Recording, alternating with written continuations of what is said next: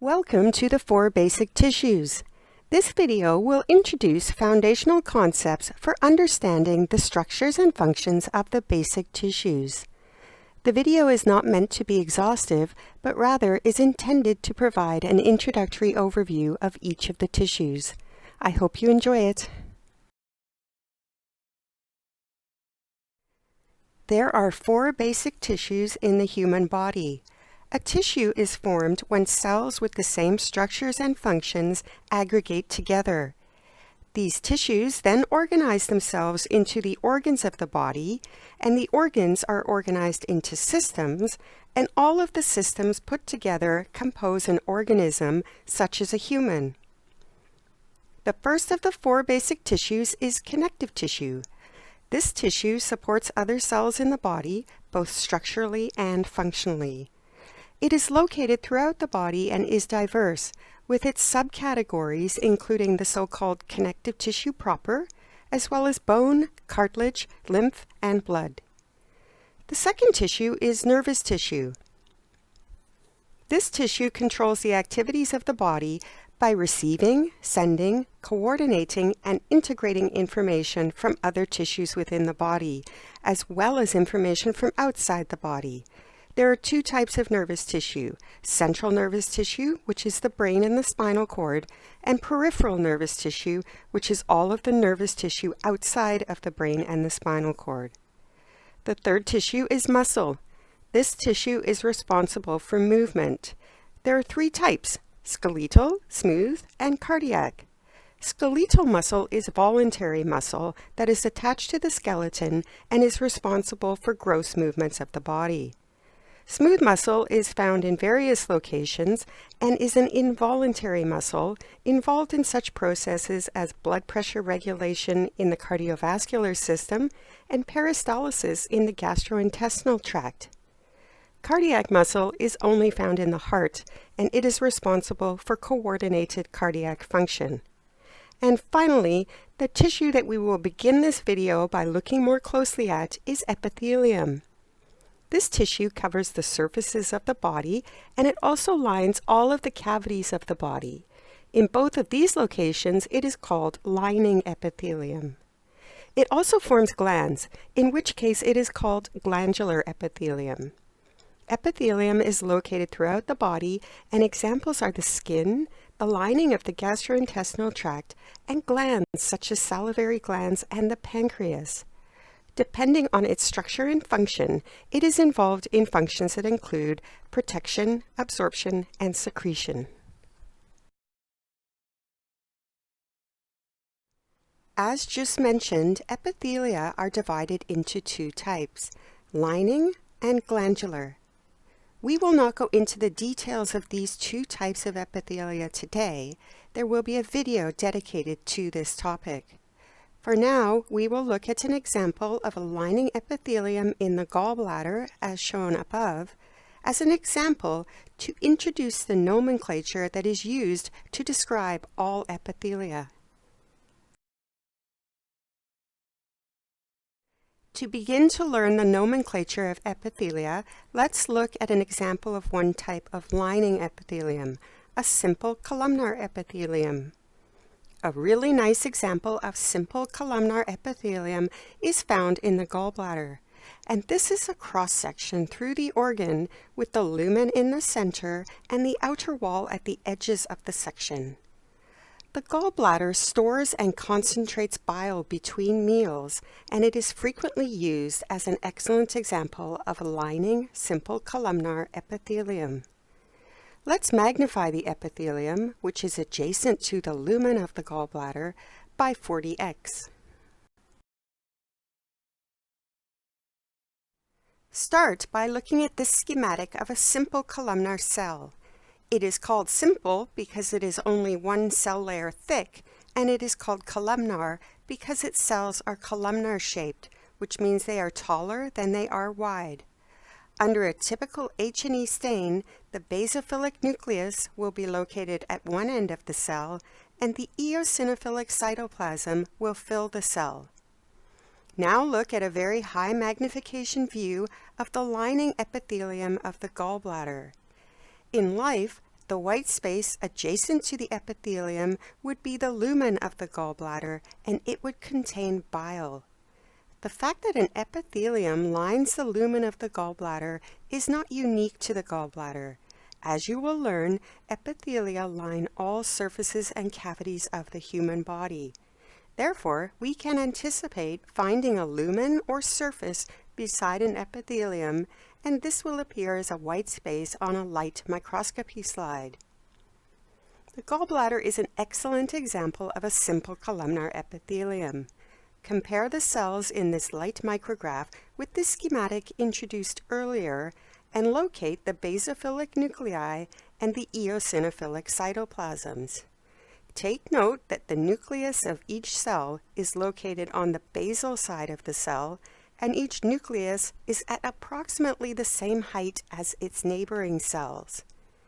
The apical surfaces of the cells are located on the luminal side of the organ. Finally, a word on function. Columnar-shaped epithelial cells have a large volume of cytoplasm, and this relates to their function. They are really good cells for absorption. In the gallbladder, one of the main functions of the columnar epithelial cells is to absorb excess water from the bile in the lumen, thus concentrating the bile for storage within the gallbladder between meals. Let's now take a look at connective tissue. Connective tissue includes specialized tissues such as bone and blood, but we will not look at those in this introductory video. There will be videos on each of these. For now, we will introduce the so-called connective tissue proper. As shown here, there are specialized categories of connective tissue that include solid CTs, such as bone and cartilage, and fluid CTs, such as blood and lymph. But we are going to focus here on connective tissue proper, which is found throughout the human body and serves to connect or support other tissues. Although not all connective tissue propers are composed of collagen, a significant majority of the body's connective tissue is composed of collagen.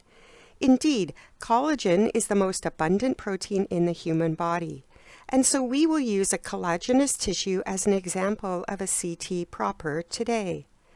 A great example of this is found in tendons, which are the structures that connect muscle to bone and must be capable of withstanding great tension.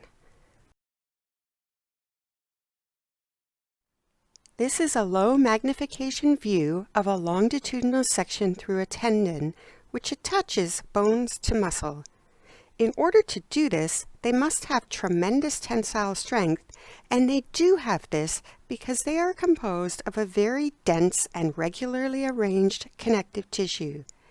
Before we look at this under higher magnification, let's orient ourselves to this slide a little bit more.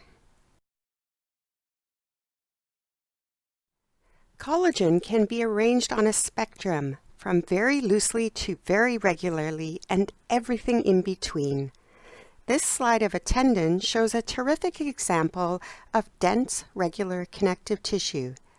This connective tissue is called regular because the collagen fibers are regularly arranged in parallel bundles, and it is called dense because the collagen fibers are very densely packed in together. Because tendons are subjected to a great deal of physical force, it makes sense that the collagen fibers of tendons are arranged in a dense, regular, mechanically strong manner. This section shows this. You can imagine placing force across the length of the tendon and it withstanding that force very well indeed.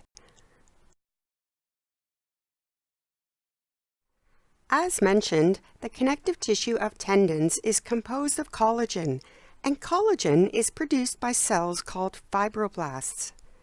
If we move up to higher magnification, we can easily see the beautiful bundles of collagen fibers and, in between them, the nuclei of the fibroblasts that produce them.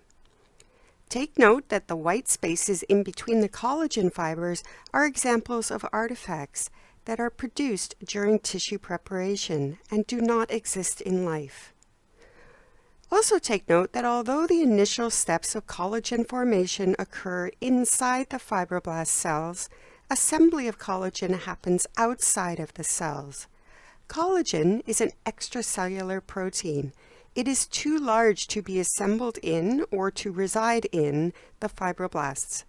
This explains why there is so much eosinophilia between the fibroblast nuclei in a tendon.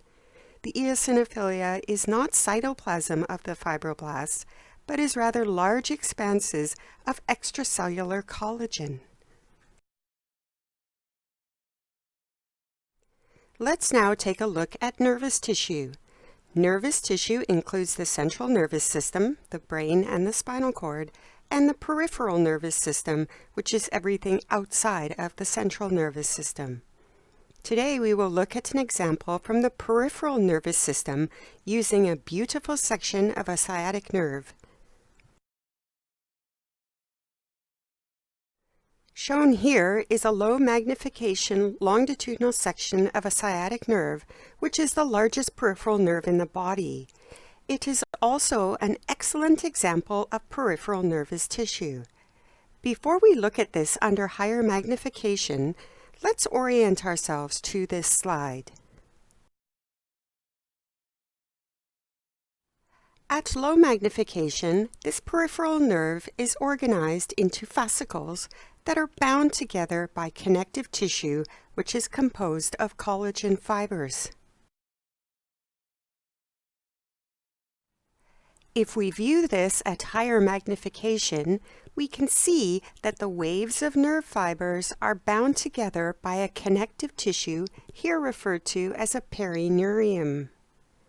Note that just as we observed in the tendon slide, there are artifacts introduced during sectioning.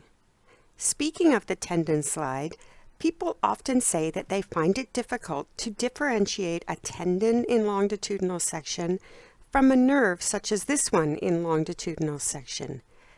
The key lies in the difference between the number of nuclei in the sections. The nuclei of tendons, which were the fibroblasts if you'll remember, are few and far between. The nuclei of nerve fibers, which are support cells, are far more numerous. Do you see all the basophilic dots in those wavy nerve fibers? Those are the nuclei of the support cells.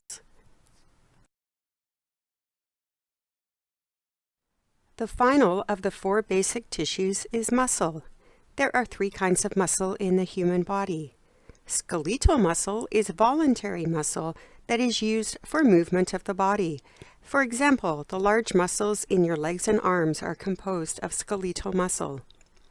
Smooth muscles are involuntary and are found in locations such as the gastrointestinal tract, where it is involved with peristalsis, and blood vessels, where it is involved in the regulation of blood pressure. Cardiac muscle is also involuntary and is found only in the heart, where it ensures coordinated cardiac function. All three types of muscle have distinct microscopic appearances that are related to their functions. For now, let's learn some of the nomenclature of the microanatomy of muscle by using skeletal muscle as an example. Shown here at low magnification is a cross-section through a muscle of the hand. It is a voluntary muscle, meaning that you can consciously control it, which is in contrast to smooth and cardiac muscle, which are not under voluntary control. This muscle is an excellent example of skeletal muscle. Before we look at this under much higher magnification, let's orient ourselves to this slide. Let's begin by zooming in a little bit as shown here. Connective tissue surrounds skeletal muscle and also sends projections into the muscle, providing structural support to the groups of muscle cells that are called muscle fascicles. You will also be able to find peripheral nerve fascicles, which we just looked at, in cross-section between the muscle fibers. Let's next magnify one of these muscle fibers and look at the individual muscle cells. Muscle fascicles are composed of muscle cells or fibers. Those two names are used interchangeably. Let's move up to higher magnification. If you locate some typical muscle cells, you should take note of their polyhedral shape, which is characteristic of skeletal muscle cells. Next, note that they have eosinophilic cytoplasms and basophilic nuclei. These nuclei are characteristic of skeletal muscle cells. The cells are multinucleated and, importantly, the nuclei are eccentrically placed against the edges of the cells. This is to make room for the abundant contractile proteins, actin and myosin, that pack the cytoplasm. This concludes this introductory video on the 4 basic tissues. Thank you for watching. If you have any questions or comments, please feel free to contact me through Twitter at Dr. Karen Pinder. You may also view the virtual slides used in this video through the UBC Med virtual histo link located in the banner of this YouTube channel.